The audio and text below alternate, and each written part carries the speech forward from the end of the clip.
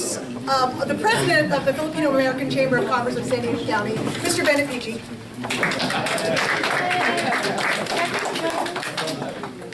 Hello, everyone. Good evening. I'm so glad to have everyone here. Everyone probably knows that old saying that goes, "The world is a book," right?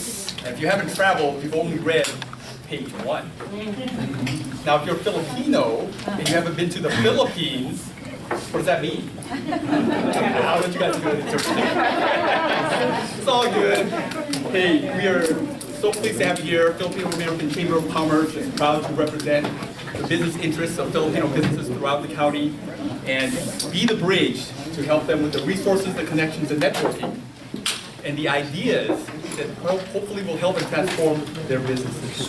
So I'd like to introduce our executive director who really runs the place, DeLeon-Torres. Again, welcome. Delighted to have everyone here. Did you talk to the partners? Oh, let me do that then. I'll be back. No, stay with me. That's all right. Stay with me. None of this, of course, can happen without our amazing partners. So let me recognize NAFA, which stands for National Federation of Filipino American Associations, and we have here representing Myrna Reyes, who's the chair of NAFA District, and she's the former president of the Filipino American Chamber. Double. Right on. Let's see. From the Filipino American Lawyers of San Diego, Jonah Toleno.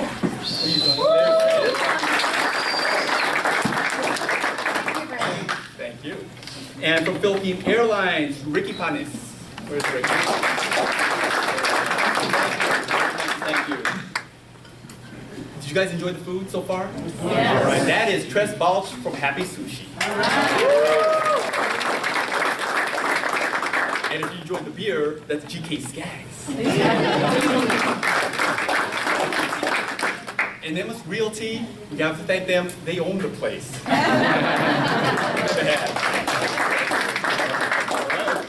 Alicia, please. It is my pleasure and honor to introduce a lawyer extraordinaire with international clients. So he's ultra good if you need anything. Past president of the Filipino American Chamber of Commerce of San Diego County and the current Honorary Philippine Consul based in San Diego, Audie Castro.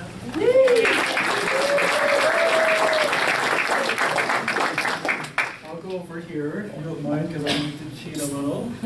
But thank you everybody for being here tonight. This is a very important event for our Filipino American community as well as the business community here in San Diego. I'm here and it is my honor to have the pleasure to introduce our special guest tonight, who came all the way from Washington, D.C. from the Philippine Embassy. And it's a person that is very well respected in our community. His Excellency, Jose Elle Cuisia Jr. has served as the Philippine Ambassador to the United States since 2011 when he was appointed by President Aquino. He has a very impressive background.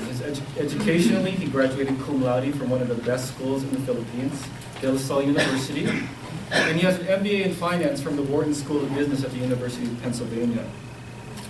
He's been very dedicated to promoting trade and investment opportunities between the two countries, strengthening military and security ties between the United States and the Philippines, and assisting foreign nationals while maintaining diplomatic relations between the two countries. But his background in public and private industry is very extraordinary. He's the past governor of the Central Bank of the Philippines and chairman of its monetary board. He's the former president and CEO of the Philippine Social Security System. He's also the former president and CEO of one of the largest and most profitable financial institutions in the Philippines and serves on the boards of many private and publicly traded companies in the Philippines. He's received numerous awards. He received the Lifetime Achievement Award from the Wharton Club of Washington, D.C. He received Management Man of the Year of the Management Association of the Philippines. He was the Philippine CEO of the Year in 2004. He's married to the lovely Mrs. Maria Victoria Cuisia, who's here in the room. Please give her a hand. And together, they have been actively promoting Filipino culture, especially among the younger Filipino American community here in the United States. Please join me in welcoming His Excellency, Jose L. Cuisia Jr., Philippine Ambassador.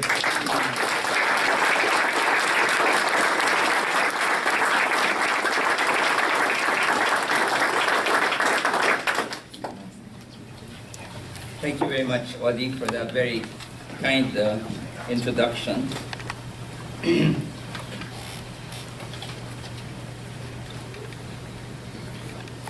Consul General Leo Herrara-Lim,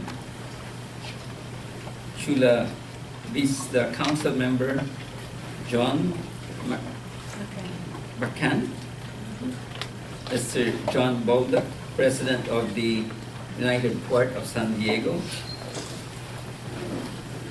Trade Representative Jose Dinsay of the Philippine Consulate in LA, Mr. Bennett, Peji, President of the Filipino American Chamber of Commerce, Mr. David Idick of the World Affairs, President of World Affairs Council, leaders of the various Filipino American organizations here represented here in San Diego, board members and officers of the Philippine American Chamber of Commerce, distinguished guests, my wife Vicky, friends, ladies and gentlemen, good evening to all of you. Magandang gabi po sa inyong lahat. It's a pleasure for me to be back here in San Diego. This is my second time. I came for a visit in April 2012, and I'm glad to be back here. I have been asked to focus on the Philippine economy, but seeing a number of our friends from the American community here, let me just say a few words about the U.S.-Philippine relations. As you know, our relations date back over 100 years. From 1898, Spain ceded the Philippines to the U.S. under Treaty of Paris for $20 million. That's all they paid for the Philippines. But we received our independence from the United States in 1946. But during the more than 50 years that the Americans were there, we learned a lot from America. Our education system is very much patterned after the American education system. Our legal system is also very much patterned after the U.S. Legal system. Our education system is well, as you probably have heard, the Thomasites were among the first teachers that came to the Philippines in the early 1900s. And so we've had a security and defense alliance with the U.S. since 1951. A mutual defense treaty was signed by the U.S. and the Philippines. And this was reaffirmed when Secretary Clinton was in Manila under the Manila Declaration of 2011. In 1999, a visiting forces agreement was signed between the Philippines and the U.S. After the bases had been pulled out, the bases in Clark and Subic, which were the two largest bases outside of the U.S. But we've had also very strong economic ties between the Philippines and the U.S. For a long time, the U.S. was number one investor in the Philippines, number one in terms of the trade relationship. Although at this time, the U.S. is probably second or third. But let me just say that both former Secretary of State Hillary Clinton and Secretary of State, current Secretary of State John Kerry, said that the relations between the U.S. and the Philippines have never been better. And I can, of course, confirm that.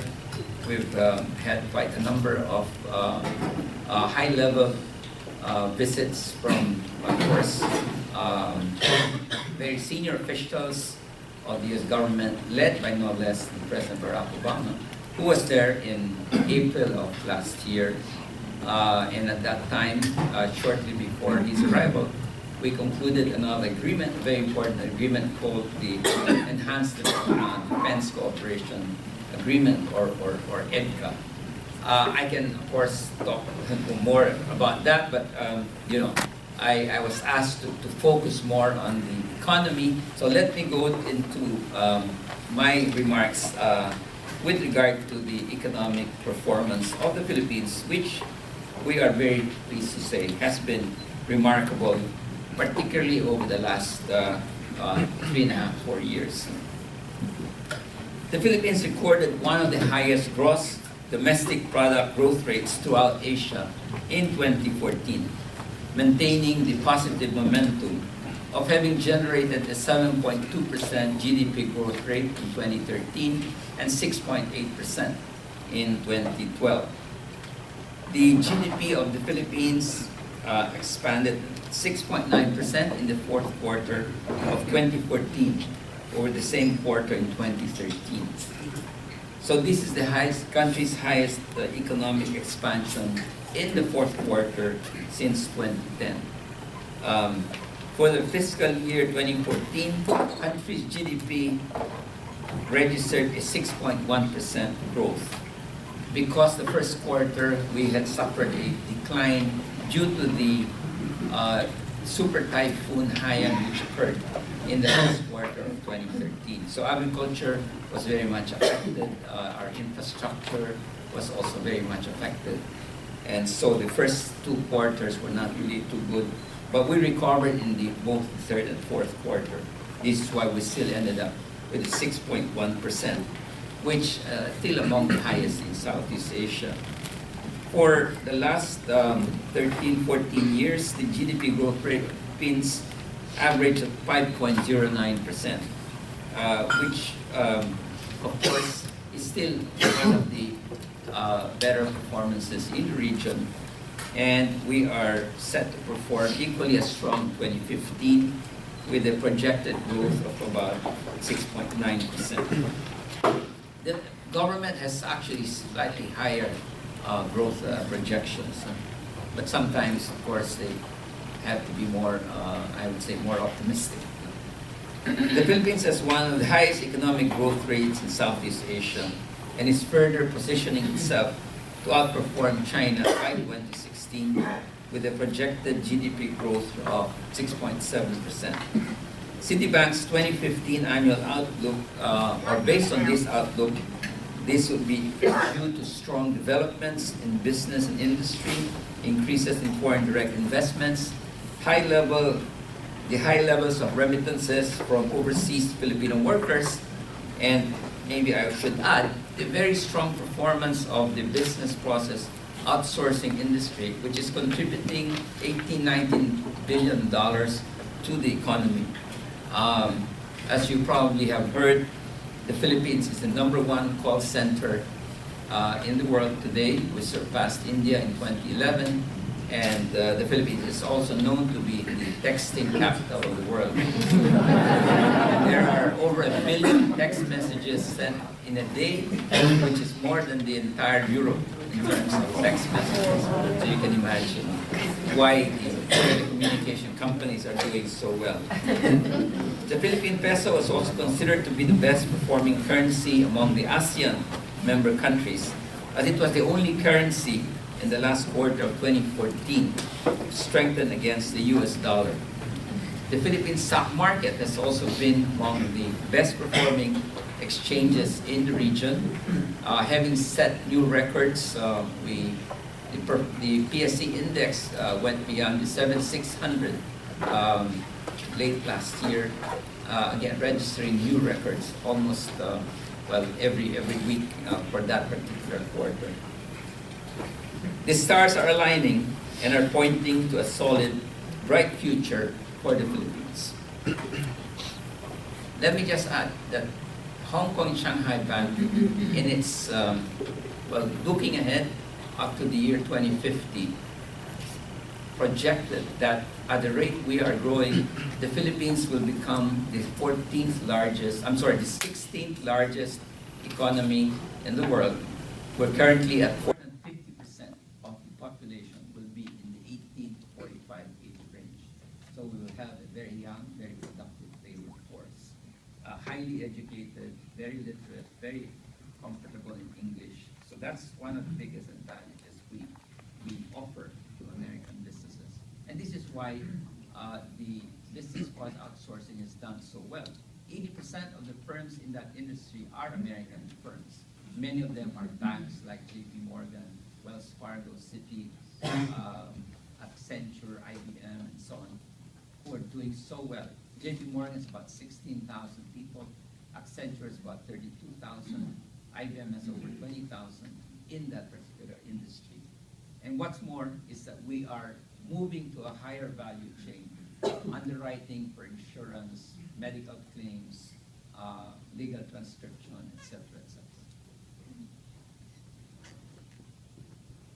Positive structural progresses in economic competitiveness and transparency are evidenced by improvements in institutional indices such as the World Bank's 2015 Ease of Doing Business report, where it showed we increased our ranking by about 30 notches.